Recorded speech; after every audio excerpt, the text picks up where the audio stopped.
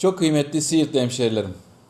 Sözlerime başlamadan önce hepinizi sevgiyle, saygıyla, muhabbetle selamlıyorum. Huzur ve kardeşlik kenti Siirt'imizin güvenlik ve asayişiyle ilgili olarak 2025 yılında yürüttüğümüz yoğun ve kararlı çalışmalar hakkında sizlerle bazı bilgileri paylaşmak istiyorum. Kıymetli hemşehrilerim, ilimizde özellikle kişilere karşı ve mal varlığına karşı işlenen asayiş olayları bakımından suç ve suçlularla mücadelemiz titiz bir şekilde devam etmektedir. Jandarma ve emniyet sorumluluk bölgelerimizde 2025 yılında Siirt il genelinde 5923 asayiş olayı meydana gelmiş, 4865 şahıs yakalanarak haklarında adli işlem uygulanmıştır.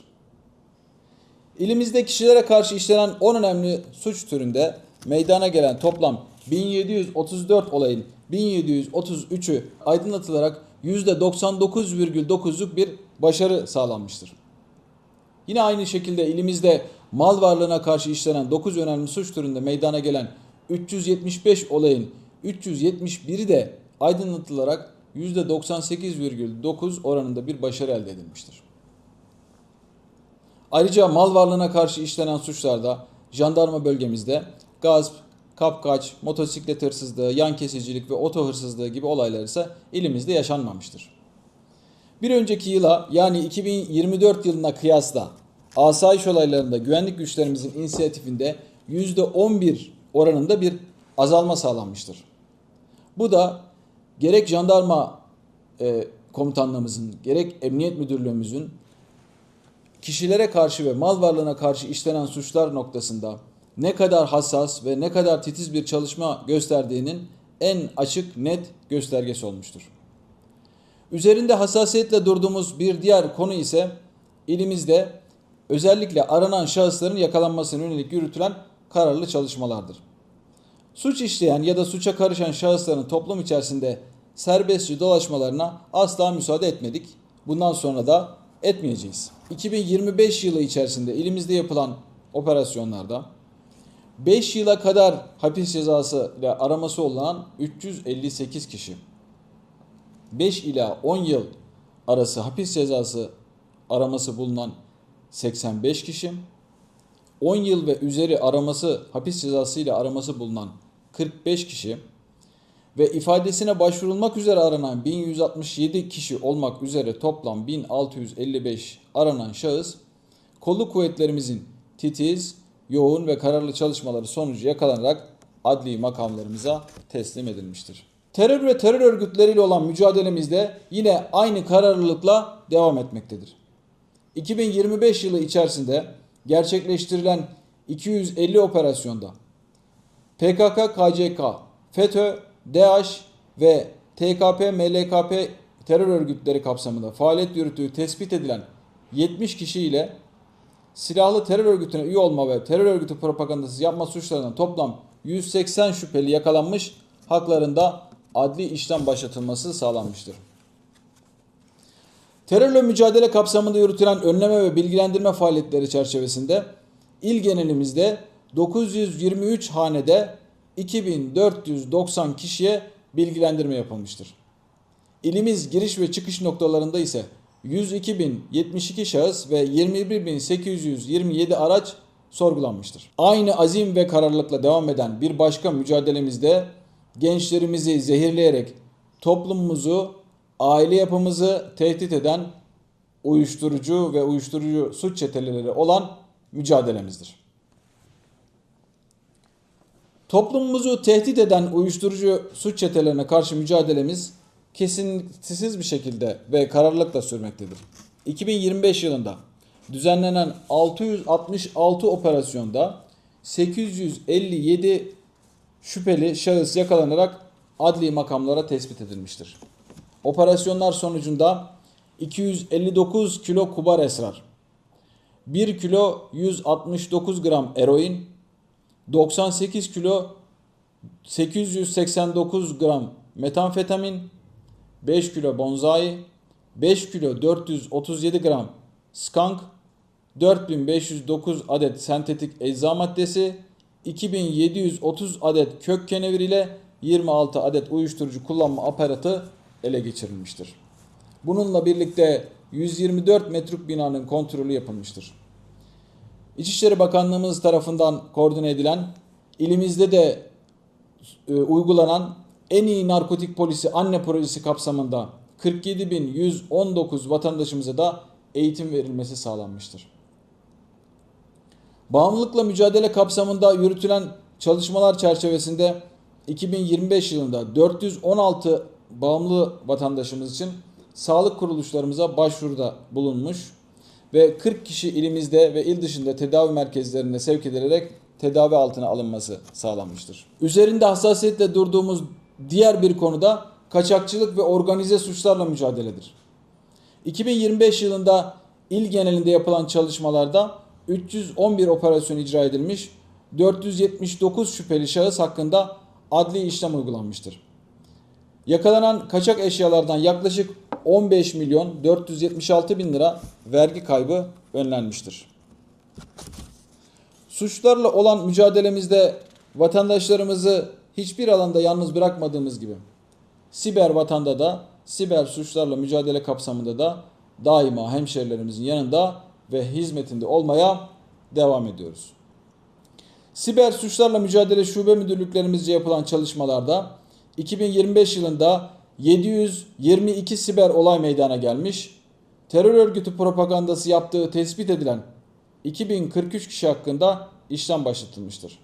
3670 yasa dışı bahis ve müstehcen içerikli sitenin kapatılması sağlanmıştır. Yine 2025 yılı boyunca 10.272 vatandaşımıza da siber farkındalık eğitimi verilmesi sağlanmıştır. Dijital dolandırıcılık ve zorbalığın arttığı şu günlerde vatandaşımızın dikkatli olmalarını ve şüpheli durumlarda 112 acil çağrı merkezimizi arayarak yardım istemelerini önemli belirtmek istiyorum. Tüm ülkemizde olduğu gibi ilimiz genelinde de düzensiz göçle mücadele konusundaki çalışmalarımız da kararlılıkla devam etmektedir. Düzensiz göçle mücadele kapsamında yürütülen denetimler çerçevesinde ilimizde faaliyet gösteren bir mobil göç noktasında 2295'i yabancı uyruklu olmak üzere 27.196 şahsın kimlik kontrolü gerçekleştirilmiştir.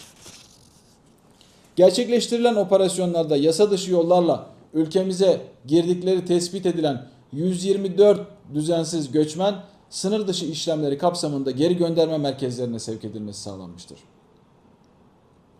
Sevgili hemşerilerim, üzerinde hassasiyetle durduğumuz en önemli konu başlıklarından birisi de okul çevrelerinin güvenliğidir.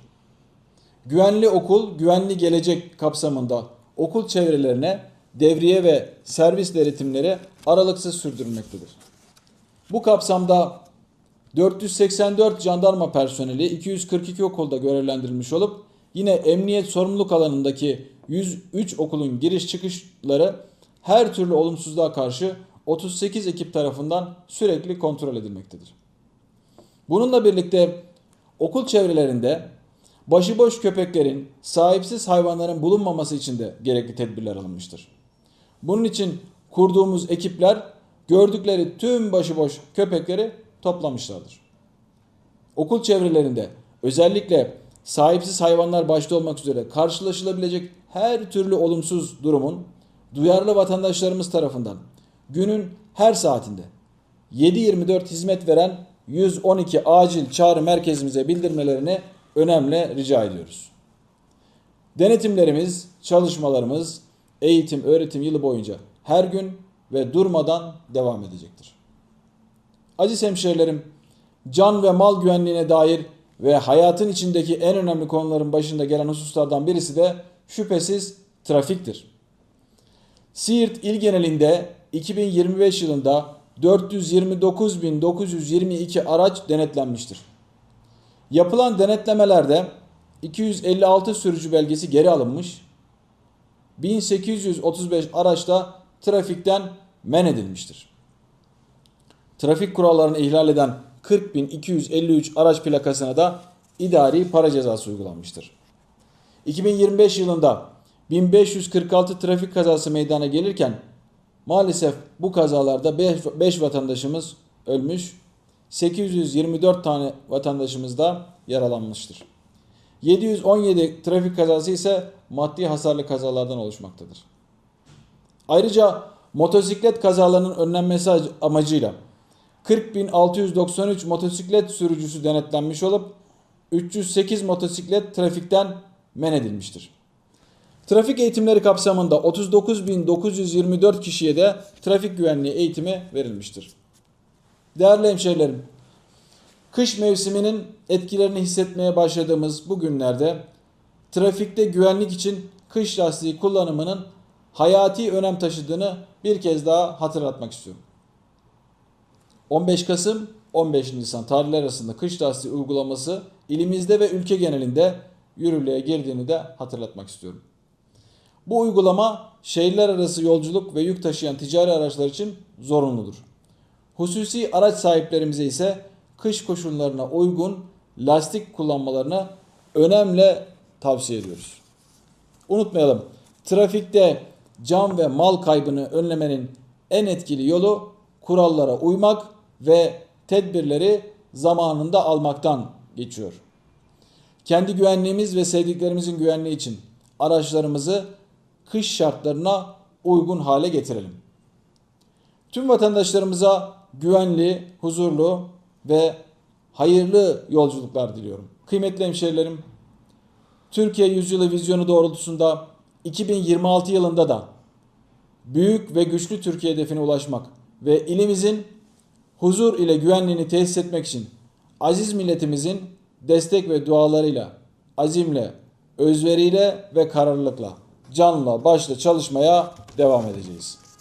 Bu vesileyle aziz milletimizin ve güzel Siirt'imizin huzuru, güvenliği, birlik ve beraberliği için azim, kararlılık ve inançla 7 gün 24 saat görevlerinin başında olan, yapılan tüm bu operasyon ve çalışmalarda büyük emekleri bulunan, birlik, beraberlik ve işbirliği içerisinde çalışan, başta Siirt Cumhuriyet Başsavcımızla birlikte kıymetli adliye erkanımıza, 3. Komando Tugay Komutanlığımıza, Milli İstihbarat Teşkilatımıza, ilçe kaymakamlarımıza, il jandarma komutanımıza, il emniyet müdürümüze ve sahada Siirt'imizin huzuru için gözünü budaktan sakınmayan kahraman polislerimize, kahraman jandarmalarımıza, güvenlik korucularımıza ve sınır içinde ve sınır dışında operasyonlar icra eden kahraman Mehmetçiklerimize teşekkür ediyorum.